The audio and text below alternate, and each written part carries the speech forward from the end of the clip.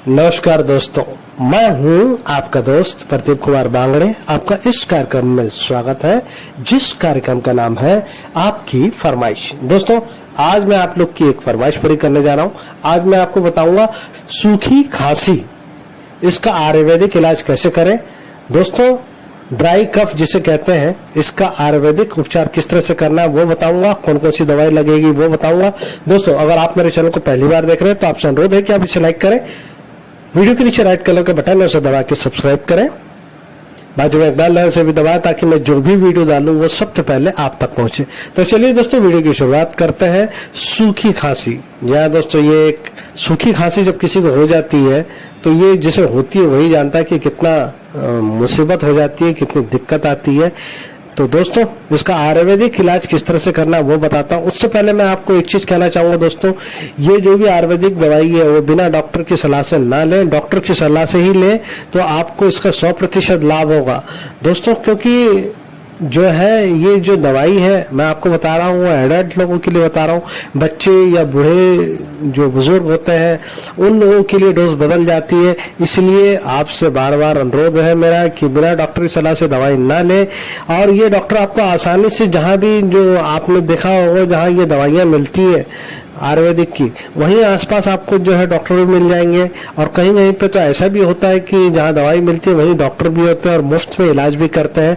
तो दोस्तों, आप बिना डॉक्टरी सलाह के जो है दवाई ना लें।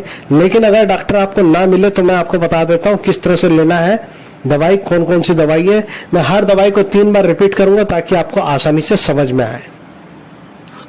दिव्य शीतोपलादी चूर्ण 50 ग्राम, दिव्य सतोपलादी चूर्ण 50 ग्राम, दिव्य सतोपलादी चूर्ण 50 ग्राम,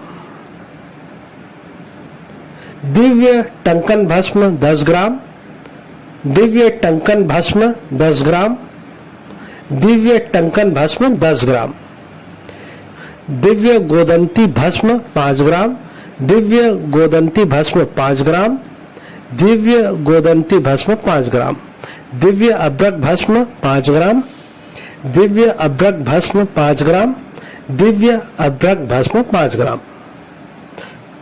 दोस्तों, सभी औषधियों को मिलाकर 60 पुड़िया बनाएं। यहाँ दोस्तों सबको अच्छे से मिला लें और 60 पुड़िया बनाना है।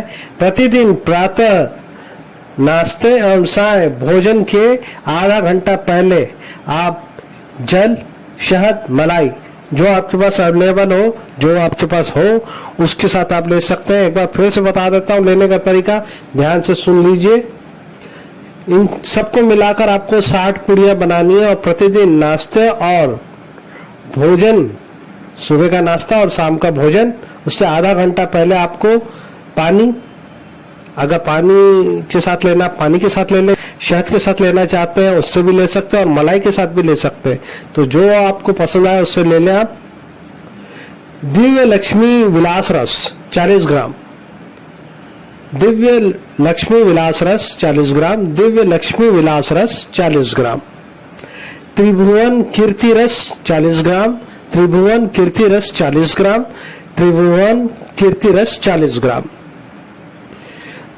दोनों की एक एक गोली प्रातः व साय भोजन के बाद गुनगुने जल से सेवन करना है। फिर से एक बार आपको बता देता हूं दोस्तों कि इन दोनों की जो है एक एक गोली सुबह और शाम को भोजन के बाद गुनगुने पानी के साथ लेना है। लवक दादी वटी,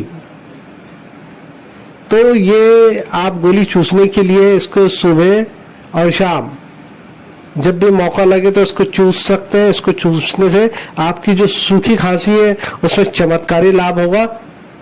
तो इसको जो है 1 या 2 गोली आपको लेना है।